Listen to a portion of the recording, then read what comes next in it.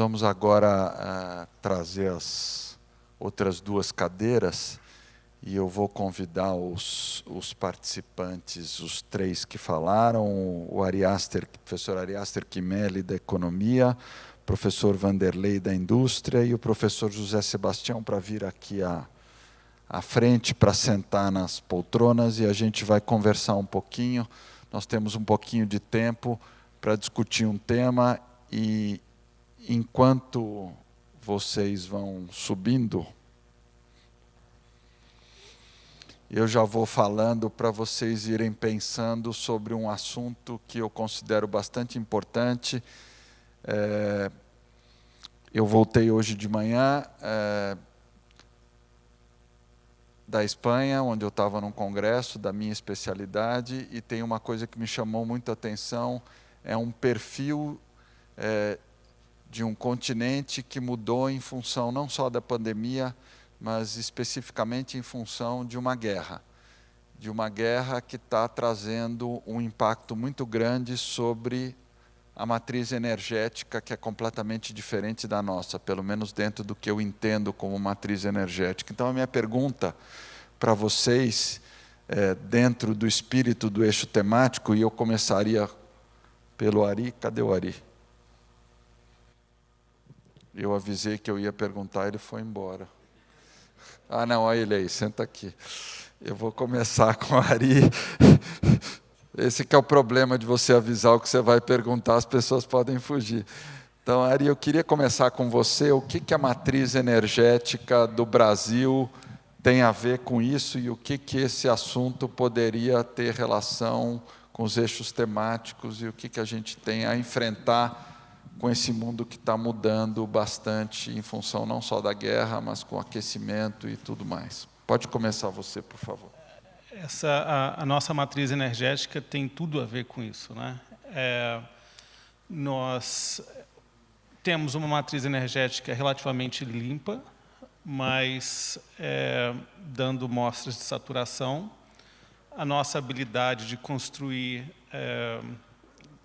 hidrelétricas muito grandes diminuiu bastante por uma questão de demanda social, ela tem impactos muito grandes. E, com frequência, a gente recorre às termoelétricas. E aí a gente tem um problema. Nós temos um problema não só de emissão de carbono, como de poluição do ar, um problema e impactos sérios na saúde. A gente tem já algumas evidências que, em épocas de pico de demanda de eletricidade, que a gente tem que ligar as termoelétricas, ou em épocas de seca, né, mudança climática está vindo, a ocorrência desses efeitos extremos estão aumentando muito, a gente liga essas termoelétricas que têm um impacto muito grande na nossa saúde. E não existe bala de prata quando a gente pensa numa estrutura na nossa produção de eletricidade ou mesmo de utilização de energia. A gente tem que colocar tudo na mesa, abrir um portfólio, a gente vai ter que ter várias coisas, e o que a gente pode fazer é tentar sinalizar para os investimentos que vão na direção de uma energia mais limpa. Como é que a gente pode fazer isso? A gente pode precificar a poluição. Essa é uma recomendação que é interessante, na minha opinião, que é bastante interessante. Ela é mais interessante do que nós necessariamente temos uma política mais dirigista. Nós vamos investir nesse tipo de tecnologia e nós vamos nessa direção. Por quê? Preço é uma coisa que dói no bolso de todo mundo. E quando a gente tem essa mordida no bolso, a gente tem incentivo de ser criativo, né?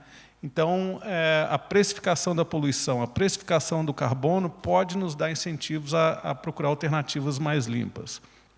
Nós estamos numa posição muito boa de investir em energia solar, geração de energia solar. A gente está numa posição muito boa de investir em eólica. Nenhuma dessas tecnologias é perfeitamente limpa, né? A gente tem que ser honesto com relação a isso. Um bocado da poluição, por exemplo, que é gerada na produção de energia solar, está ficando na China. Existe evidência, por exemplo, que o comércio internacional tem tido um impacto na mortalidade de crianças na China, de bebês na China, de 0 a 1 ano, e uma certa evidência de impacto na mortalidade de idosos no Brasil. Na direção oposta, o comércio internacional, existe alguma evidência que ele está salvando vidas de idosos no Brasil. Por quê? Porque isso mexe com a composição do que a gente produz e do que a gente polui, né? Eu fiz essa tangente para reforçar esse ponto, né?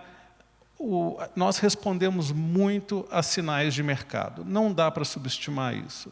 E a gente, ao invés, às vezes, de pensar em eliminar o mercado, a gente tem que entender o que ele nos dá de bom. E essa sinalização que ele dá para a gente via preços pode ser extremamente útil para a gente redesenhar a nossa matriz energética. Para concluir, e não me alongar demais, você falou, por exemplo, do caso da guerra na Ucrânia. Ela está colocando um desafio muito grande para a gente, porque a gente tem que encontrar alternativas de energia.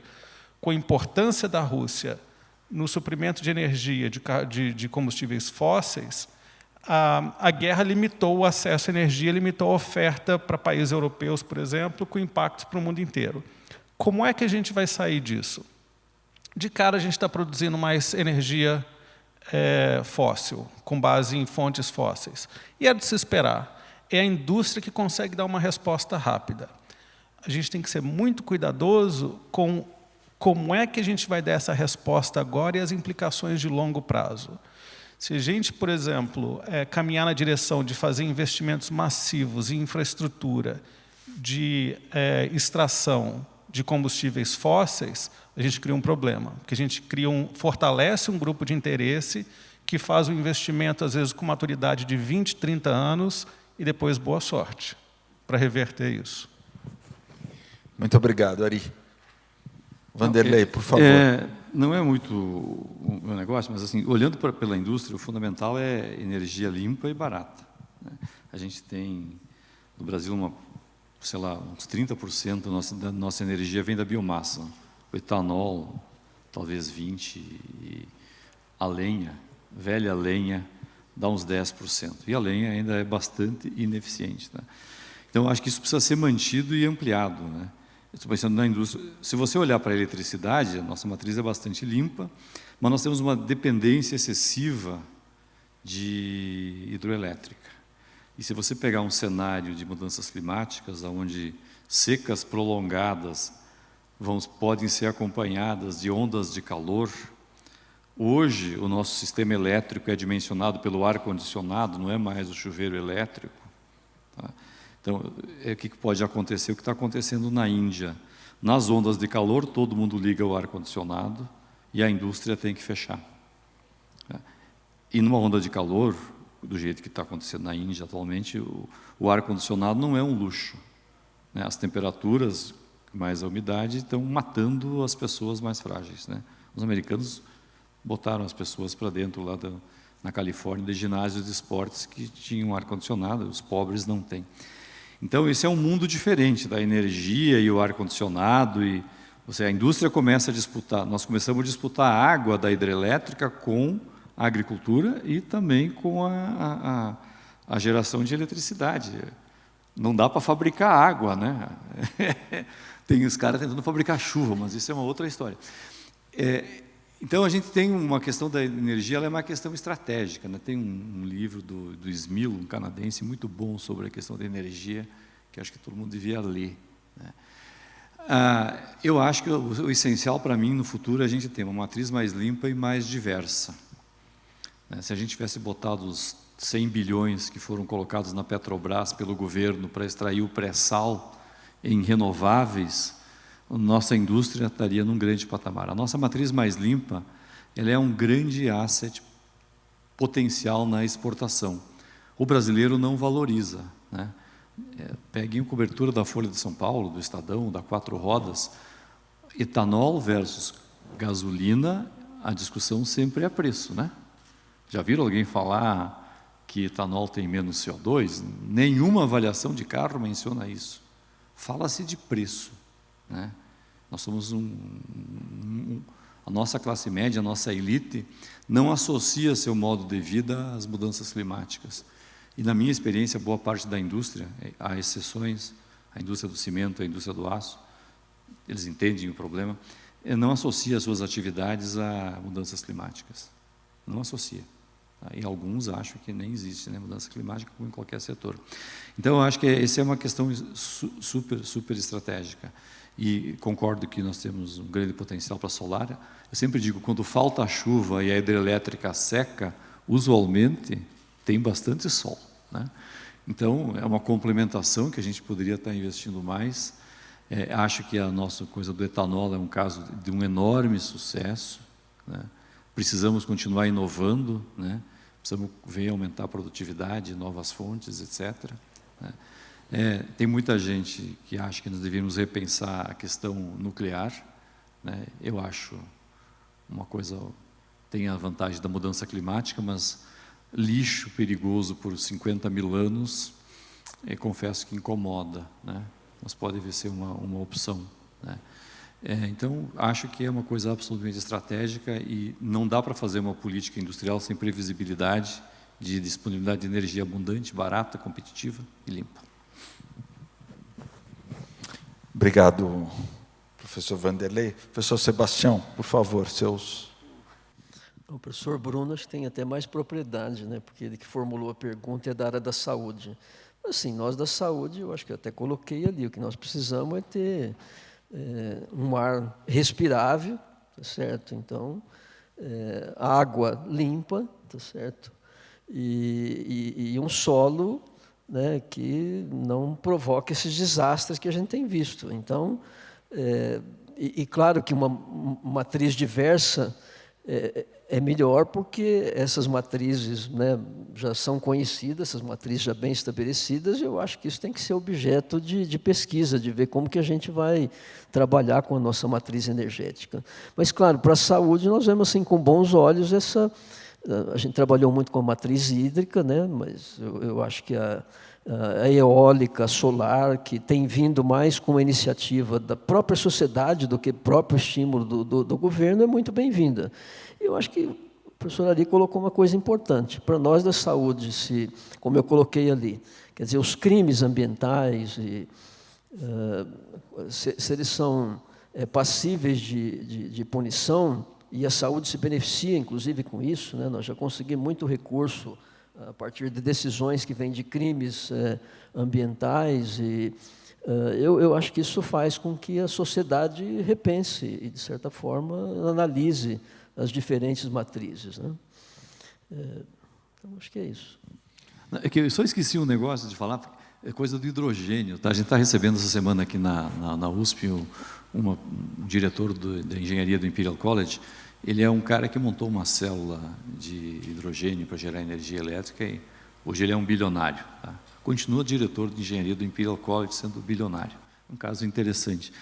Mas a gente, acho que essa quinta-feira, me parece, vamos assinar um convênio aí para montar uma unidade de produção de hidrogênio ali onde é o estacionamento, né? E nós vamos integrar, a ideia é integrar o hidrogênio num edifício experimental que a gente está fazendo. Vamos ter um edifício, nós fizemos geotermia, a primeira geotermia integrada em edifício do Brasil, com o hidrogênio feito do etanol, que é mais limpo do que o hidrogênio que vem do petróleo, tá?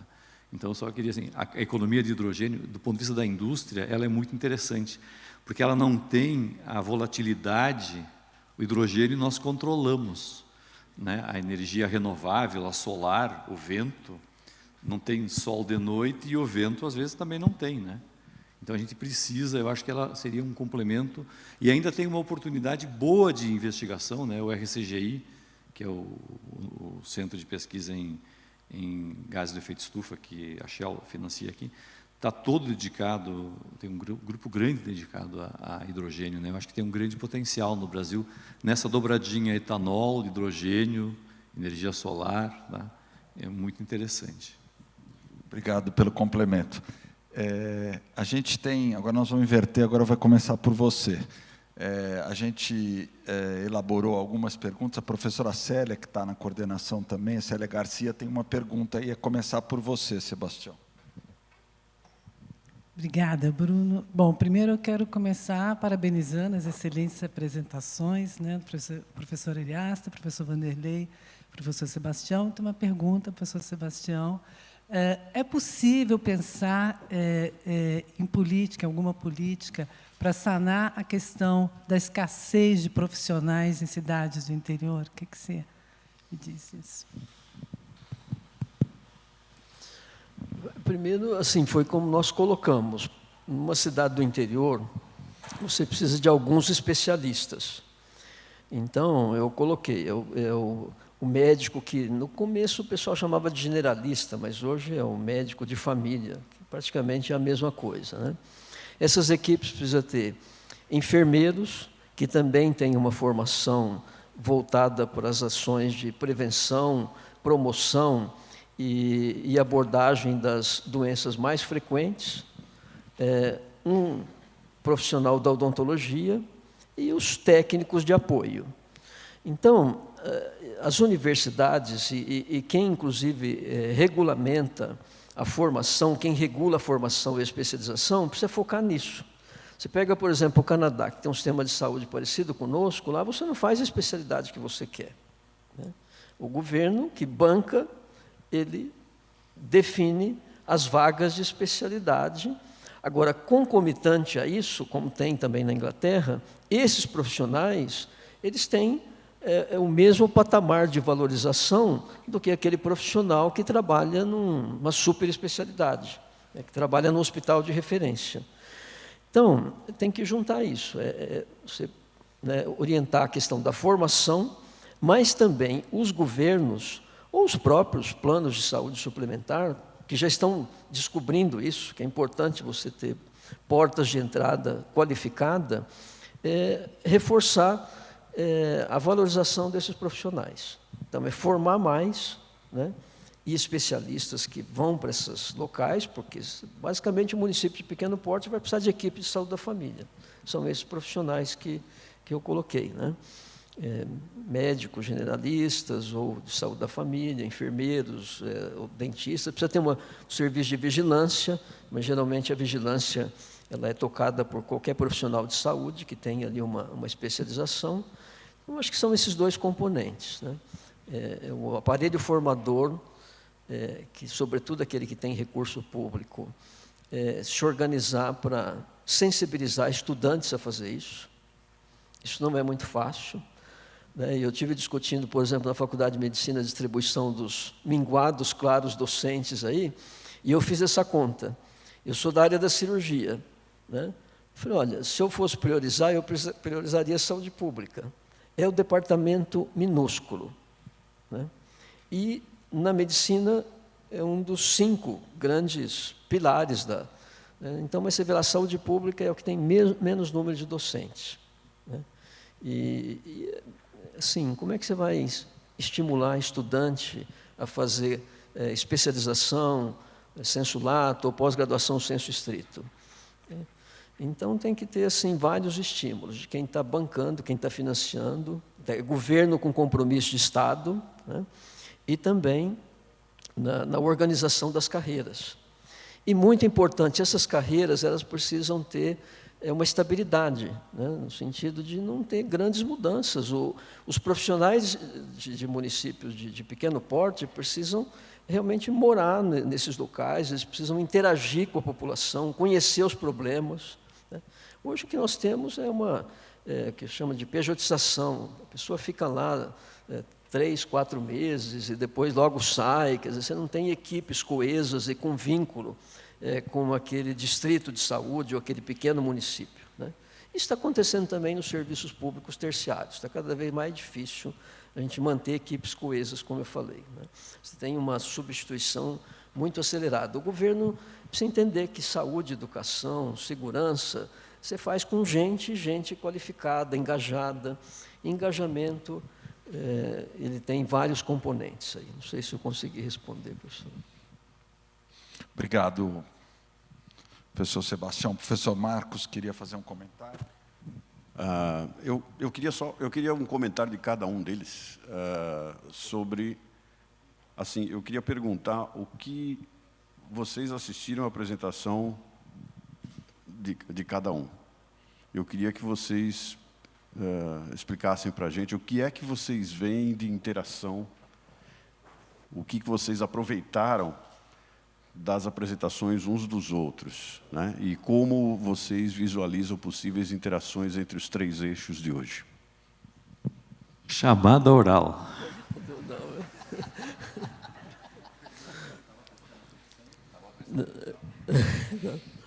Não, o que me tocou muito na apresentação do professor Vanderlei foi a questão da indústria, quer dizer, assim, na saúde, você vai, por exemplo, numa enfermaria, no centro cirúrgico, é tudo made in China, made in Taiwan, entendeu?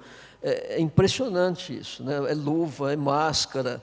E o que me chamou a atenção foi essa questão, nós somos um país de commodity mesmo, você exporta matéria-prima, mas você não tem uma indústria, a saúde não tem uma indústria. Nós vivemos isso na pandemia, quer dizer, não produzimos respiradores, máscaras, e isso me chamou muita atenção, né? Você precisa ter uma indústria que, de certa forma, banque aí um setor que é super importante, quer dizer, né, você precisa de gente saudável para a economia andar, para a indústria funcionar e assim por diante. E no caso do professor Ari, a questão dos tributos, né? Eu acho que a reforma tributária, e nessa reforma a gente, de certa forma, repactuar responsabilidades e essas áreas sociais, elas são importantes, quer dizer, países que rapidamente se desenvolveram, eles cuidaram de todos os componentes aí que são essenciais a uma sociedade coesa, organizada. E nessa hora eu acho que nós precisaríamos acertar isso, né? Quer dizer, a gente ver quem realmente, quais são os encargos, os tributos, os impostos e para onde isso vai, né? E reforçar os mecanismos de controle. Eu fico muito preocupado quando você vê assim, o Ministério Público, o Judiciário, o próprio Legislativo, de certa forma, sendo cooptado pelo Executivo, que tem projeto de poder mesmo. Isso é péssimo, né? Quer dizer, você nunca vai ter um Legislativo que fiscalize o Executivo se tem um acordo prévio ali, né? E isso acontece também, a gente vê no próprio Ministério Público, o Judiciário, algumas, condescendências que não daria mais para permitir isso. Todo mundo sabe que isso não tem respaldo constitucional, né? Tem respaldos de acordos temporários aí. Acho que é. Bom, do meu ponto de vista aqui, como economista, é quase que impossível não ver as conexões, né? A questão da saúde, ele está naquele círculozinho central ali, né? Ele está na essência do bem-estar de nós, seres humanos, e com impacto enorme para o nosso tecido social. Nós fizemos uma opção no país por ter um sistema de saúde público forte. O nosso modelo é o modelo inglês, né? Eu não vou me alongar muito, porque eu não sou especialista. Outros países fazem outras opções, e dado que a gente faz essa opção, isso vem da sociedade, isso não pode vir de uma disciplina em particular, isso não pode vir da economia ou qualquer outra, isso tem que vir da sociedade. O que eu acho que a gente pode fazer, sim, é pensar como é que a gente chega lá da forma mais eficiente possível. E aí, quando a gente fala de reforma tributária, de reforma trabalhista, de reforma da Previdência, por mais controvertidas que essas coisas sejam, nós estamos pensando em racionalizar o uso dos nossos recursos para a gente poder atender às demandas que a sociedade tem. As demandas de saúde, as demandas de cultura, de educação, de proteção ambiental, de promoção de negócios. Então, essa conexão é muito estreita. Com relação à indústria, nós passamos por um fenômeno muito interessante no Brasil, né? Nós, no passado, tínhamos uma tese que era muito forte na América Latina, que nós produzíamos insumos de baixo valor agregado, exportávamos e comprávamos produtos de alto valor agregado, e isso era a fonte do nosso subdesenvolvimento. E aí nós usamos uma solução, na época, que foi a substituição de importações. Quando a gente compara o Brasil com a Coreia, mais ou menos na mesma época, a Coreia fez o oposto, né? Ela não fez substituições de importações, ela optou por uma promoção de uma economia mais liberal de comércio exterior. Nós pagamos um preço altíssimo por fazer na caneta essa substituição de importações. E aí, foi bem claramente mencionado aqui, a gente vive num mundo diferente, num mundo globalizado. E o que é muito importante para a gente, e é um ponto que você tocou também, é a produtividade. É a produtividade do trabalhador, é a produtividade da nossa indústria. Como é que a gente chega lá? Tipicamente não é com a caneta. As pessoas respondem aos incentivos que elas encaram. Formas importantíssimas da gente investir na produtividade e na inovação, qualquer que seja o setor, é investimento em educação, investimento em saúde. Esses pilares são muito bem reconhecidos na economia mundial, né? As pessoas que se debruçam sobre isso. Não só na educação, como a gente faz aqui na USP, por exemplo, ou em outras universidades, mas também aquela educação que é progressiva, que vem de base, né? Você precisa de ter uma pessoa no chão de fábrica capaz de interpretar um manual, de resolver um problema e ser bastante ágil para, enfim, garantir um processo produtivo eficiente. E, claro, essas coisas demoram, né? E no meio do caminho a gente tem que tomar alguns tipos de atitudes que garantam que essas pessoas de baixa produtividade hoje participem da economia e que os filhos, os netos dessas pessoas possam ter um acesso à economia num patamar, num nível bem mais elevado, que contribuam para a economia e dê um retorno mais alto para essas famílias. Obrigado, Ari. Olhando para a questão da saúde, né, a Fitesa, que é uma multinacional brasileira, ela domina os não filtrados que são usados para fazer máscara no mundo. É aqui de Gravataí, no Rio Grande do Sul, né? Mas nós temos pouca gente que faz máscara no Brasil. Então, usualmente, no início da pandemia, a gente trabalhou lá com o pessoal do HC aqui, né? As máscaras com tecido da Fitesa eram exportadas para a China e voltavam na forma, ou não voltavam na forma de máscara para o Brasil, porque nós ficamos sem máscara. Tá? A gente fez máscara usando um tecido 40 gramas, uma maravilha tecnológica, patente brasileira, 40 gramas por centímetro, por metro quadrado, é nada, um algodão mais leve é 200, que tem uma filtragem próxima de uma N95 hospitalar, tá? Usamos costureira, gerando renda. Tal. Então, nós temos um problema da indústria na saúde, nós temos uma oportunidade, porque eu acho que a saúde que se tem hoje, ela o mundo é um mundo de pobres, mas os equipamentos que eu vejo nos nossos hospitais, eles não cabem na cidade onde eu cresci, que tinha 3.000 habitantes, até um pouco menos hoje, né? Então, existe talvez mercado para ter soluções de classe mundial, de tecnologia e de indústria para a saúde, não só para atender o mercado brasileiro, mas olhando para o mundo. E eu acho que a USP tem vários hospitais, vocês têm o Polo lá em Ribeirão Preto, né? A gente tem o Inova HC aqui, tem a Poli, a matemática, a física, daria para fazer muita coisa, né? Temos uma indústria, podia se criar uma indústria sofisticada, com esse foco aí, né? De não tão cara, mais humana, sei lá. A segunda coisa é a questão da poluição, né? A gente tem, a nossa indústria, ela não é só de baixa produtividade. De uma forma geral, em que pese as normas da CETESB, nós somos bastante poluidores, até porque, em alguns setores, 70% da indústria não tem nem licença de operação. A CETESB nem sabe que a fábrica existe. Tá? Então, não adianta a gente subir todo mundo briga para subir as regras, né? Quando 70% da boiada passa, bota a porteira, mas não fecha a cerca. Entende?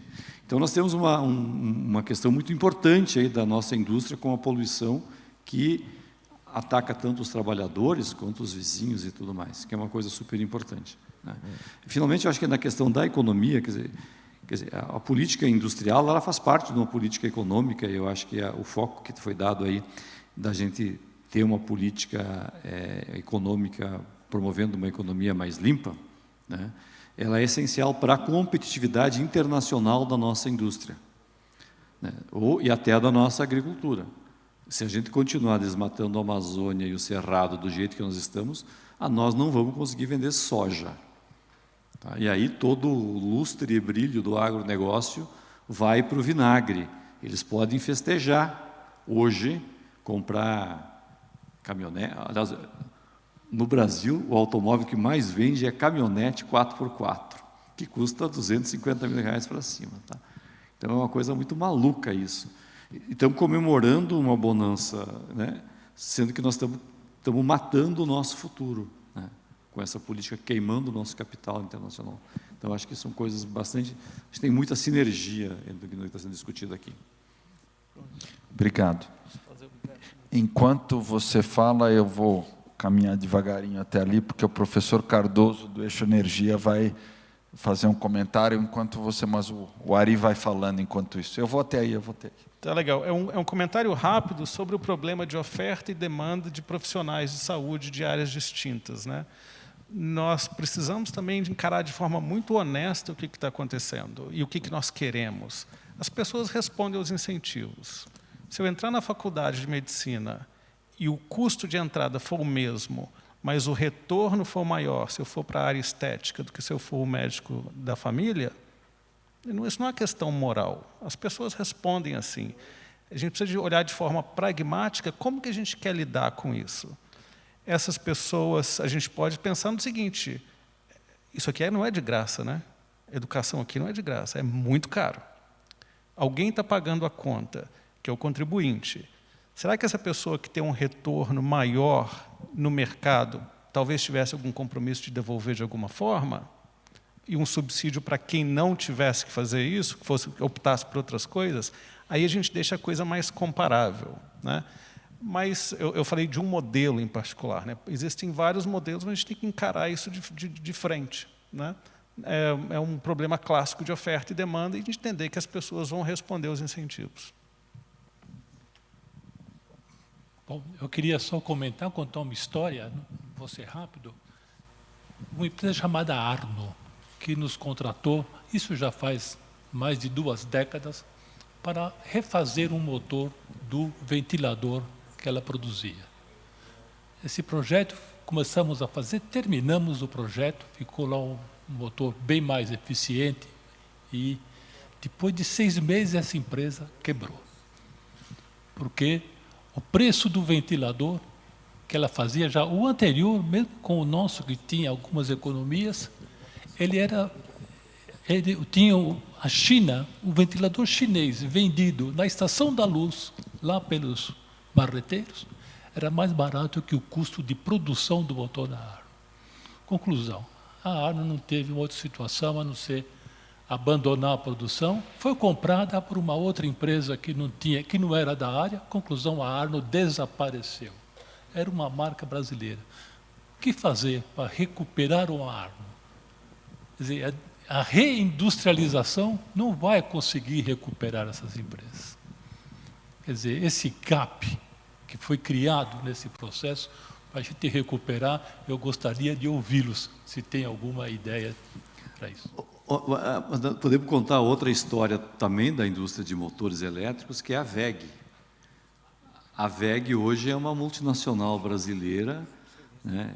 Se ela estava visitando uma fábrica no interior da França, os motores, esses motores controlados por chip de computador, eu não sei nem o nome, não é motor de passo, mas é quase que um robô, tal, tudo WEG feito em Jaraguá do Sul, tá?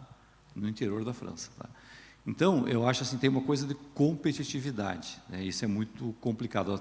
A nossa tecnologia, a gente da escola, né, da universidade, acha que nós conhecemos a tecnologia, mas a nossa tecnologia ela é a parte do pacote de competitividade da empresa, que depende, por exemplo, de imposto, de custos de eletricidade e depende fortemente da sua produtividade.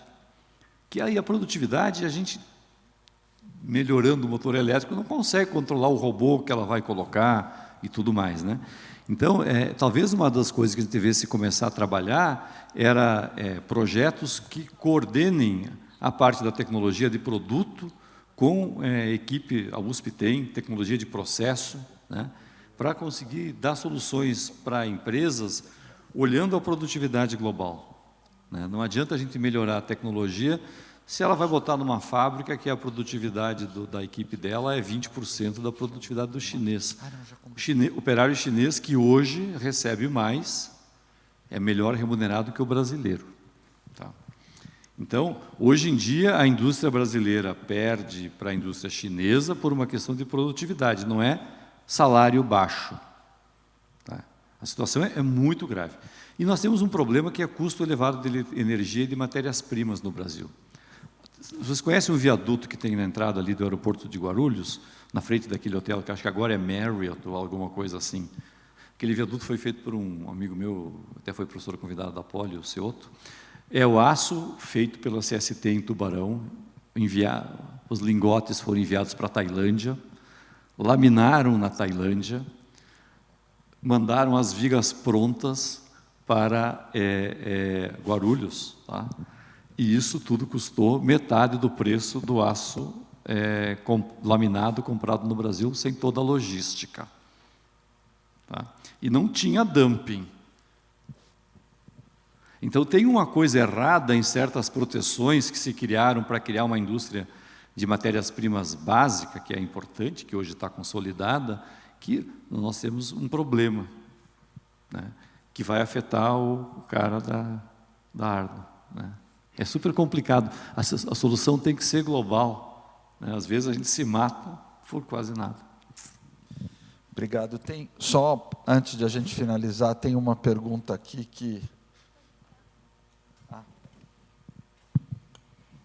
Oi, boa tarde. Eu queria fazer um comentário e também pergunta... Como você chama? Eu sou a Ana Maria Nusdeu, eu sou uma das coordenadoras do Eixo Meio Ambiente, junto com o professor Jean Paul Metzer, e sou da Faculdade de Direito. Minha pergunta é basicamente para o professor Eliaster, mas também tem uma questão, houve um comentário do professor Vanderlei, a respeito do assunto, e se trata da precificação do carbono, e você fez toda uma exposição sobre a tributação, a conveniência da tributação do carbono, e o professor, na sua exposição, falou que também prefere a taxa. A alternativa à taxa, nós estamos também um pouco isso sob o ângulo do direito, e estamos pensando isso no eixo do meio ambiente, a alternativa seria os mercados de carbono. E tem algumas indústrias brasileiras que defendem isso. Então, a minha pergunta seria basicamente qual é a opinião, dentre essas alternativas, por que a preferência à tributação? Obrigado pela pergunta. Eu gosto de comparar o imposto sobre carbono e o mercado de carbono com a tartaruga e a lebre. O imposto sobre carbono, ele foi o imposto sobre poluição em geral. Ele foi a primeira proposta de incentivo econômico que nós tivemos no ponto de vista teórico. Ela veio lá dos anos 1920, um economista chamado Pigou. E o insight que ele teve na época era o seguinte: olha, poluir é de graça, vamos colocar um preço nisso, a gente diminui a poluição, dá um incentivo para a diminuição da poluição. Só que é muito difícil introduzir um imposto. Daí a tartaruga. A gente viu muito pouco disso. E, por outro lado, teve nos anos 50 um outro economista, o Ronald Coase, ele teve um outro insight, que foi o seguinte: olha, a gente tem um problema de poluição porque direitos de propriedade não são bem definidos. De quem que é o ar? De quem que é o direito de poluir? De ninguém, de todo mundo. Ele falou, vamos definir o direito de propriedade. Quer poluir? Compra esse título aqui. E essa política, ela teve, ambas foram rejeitadas com bases éticas, mas no começo dos anos 90, os Estados Unidos experimentou com os títulos negociáveis. E ele funcionou da seguinte forma: o governo americano distribuía gratuitamente os títulos negociáveis para os poluidores de enxofre, o problema era a chuva ácida lá, e aí os poluidores eles transacionavam entre si. E isso ganhou muita atração, foi a lebre, disparou, isso foi a base, essa experiência foi a base do protocolo de Kyoto, do mecanismo de mercado de carbono, depois o Acordo de Paris e agora na COP. Ela é muito politicamente, ela é fácil de aceitar, ela é mais fácil, devo dizer, de aceitar, porque, em geral, os títulos são distribuídos gratuitamente para os poluidores, e aí tem essa transação. Agora, o que acontece? Tanto a precificação do carbono via títulos de emissão, quanto o imposto de carbono, eles vão fazer preços subirem. Tá? E quando esses preços sobem, eles interagem com outros impostos que existem e a gente pode ter uma perda de bem-estar.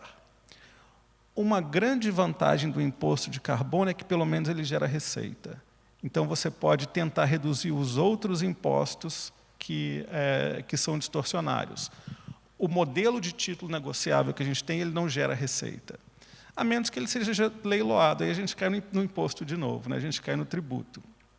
Então, eu, em particular, tenho simpatia, vários outros economistas têm simpatia pelo imposto sobre a poluição, por conta disso. Ele abre essa janela para a gente substituir outros impostos que travam a economia.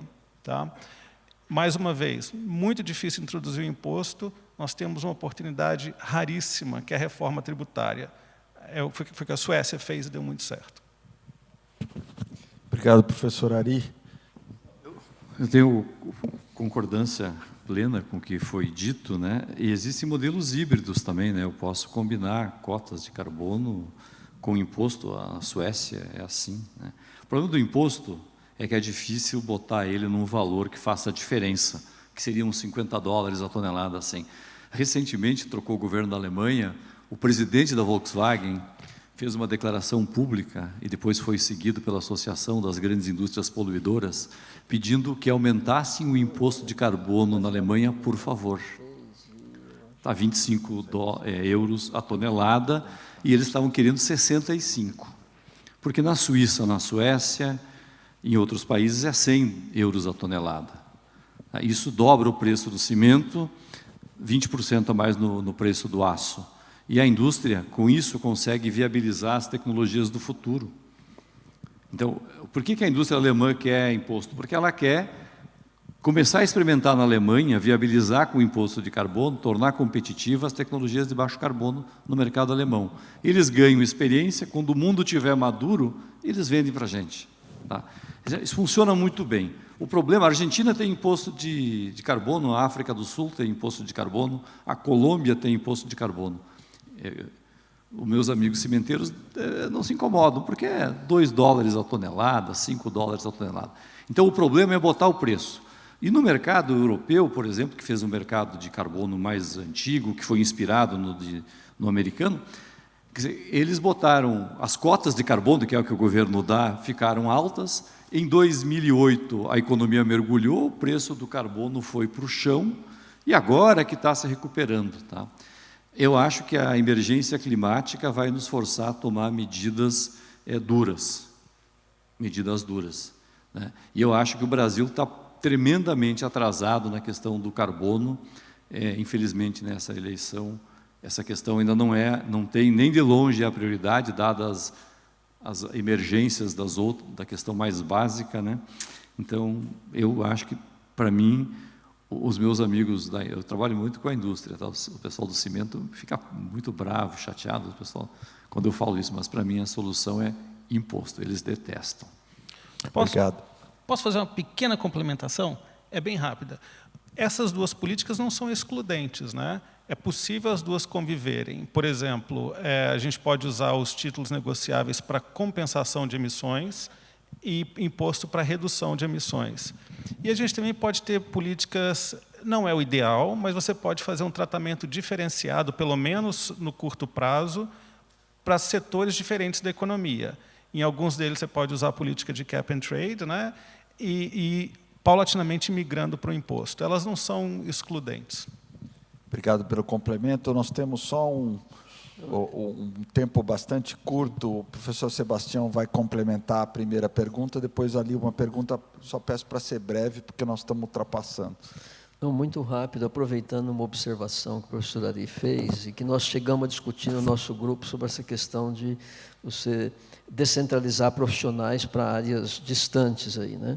Que é da política da indução, mas tem associado isso, quer dizer, se você juntar a educação com saúde, a inclusão também, e a professora Ana chegou a comentar numa das reuniões nossas, e nós tivemos um pequeno período onde, por exemplo, o estudante que tinha um financiamento, antes de entrar para uma especialização dessas mais concorridas, né, ele teria que passar um tempo, que é muito importante para ele, na atenção básica. Quer dizer, antes de ser super especialista ele tem um bom conhecimento geral. Isso é muito importante para quem é especialista, você ter essa interação com a porta de entrada do sistema de saúde. Então, são ações e agendas que precisam ficar aí. Você pode juntar essas duas políticas, né, fazendo um estímulo que inclui, expõe, mas eventualmente pode deixar com que esse profissional exposto na fase inicial da carreira também se vincule definitivamente a uma especialidade que é de interesse aí do sistema, né?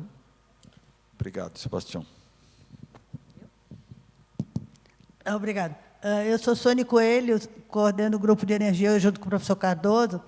Eu queria só pegar o gancho dessa questão dos créditos de carbono e do mercado de carbono, porque a gente tem uma experiência boa e, ao mesmo tempo, lamentável com o RenovaBio, né? Nós tivemos o RenovaBio criado, um sistema de crédito de carbono de cap and trade, enfim, com tudo para dar certo, né?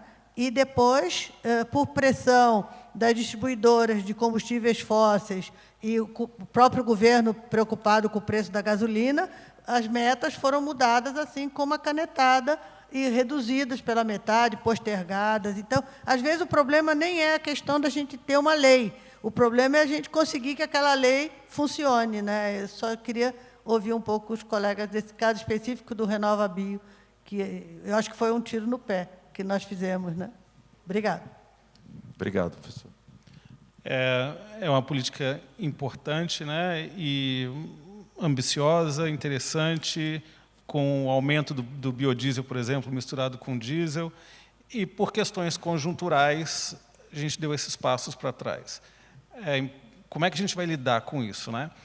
E essas questões conjunturais têm a ver com a economia, têm a ver com o ambiente político, tem a ver com o que vários dos meus colegas estudam, que é a economia política por trás dessas coisas, né?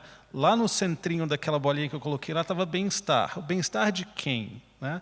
Nós temos grupos de interesse que vão brigar para usar os recursos para maximizar o bem-estar desses grupos versus outros. E aí entra o nosso papel, né? Democracia dá trabalho, né? Entra o nosso papel de falar, sinalizar o que a gente quer, do que a gente não quer. Eu acho que nós estamos discutindo aqui, e o interesse grande dos eixos temáticos são políticas públicas, tá? Políticas públicas estão no campo da política, e a política é para conquistar o poder, tá?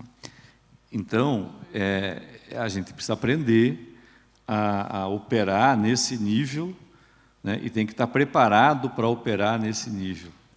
E o poder tem, né, se eu quero chegar ao poder, eu tenho que estar disposto a negociar, eu tenho que entender os outros lados, né? O que aconteceu com o RenovaBio é uma tragédia completa, um potencial fantástico, os interesses menores, né? Mas eu acho que o problema central na questão ambiental no Brasil é que, né, para a maioria das pessoas, a Amazônia, tá, e o lixo urbano e a reciclagem do lixo urbano são as políticas ambientais que interessam. É isso que está sendo ensinado no primeiro e no segundo grau, é isso que os nossos alunos que chegam na Poli, que eu dou aula no segundo ano, estão preocupados. Porque é isso que eles aprendem. É uma tragédia que, no ano 2022, a elite brasileira chegue na universidade de elite achando que meio ambiente é Amazônia e lixo urbano. Tá? Essa é a tragédia brasileira. Agora, como é que a gente enfrenta isso? Qual é o papel da USP nisso? Como é que nós vamos enfrentar? Parar de discutir mudanças climáticas nós brigamos entre nós, né? Tem muito detalhe técnico, veios, né? E no final a boiada está passando.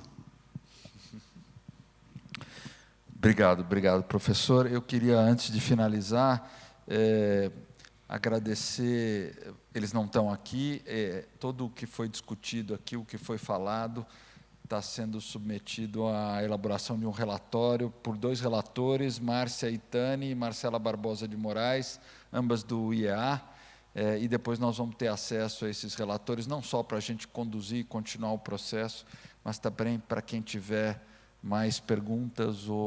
E tenho certeza que nós vamos voltar aqui. Eu não combinei isso com a Célia nem com o Marcos, mas eu tenho certeza que a gente vai voltar aqui no segundo tempo, fazendo em pauta 2 a missão.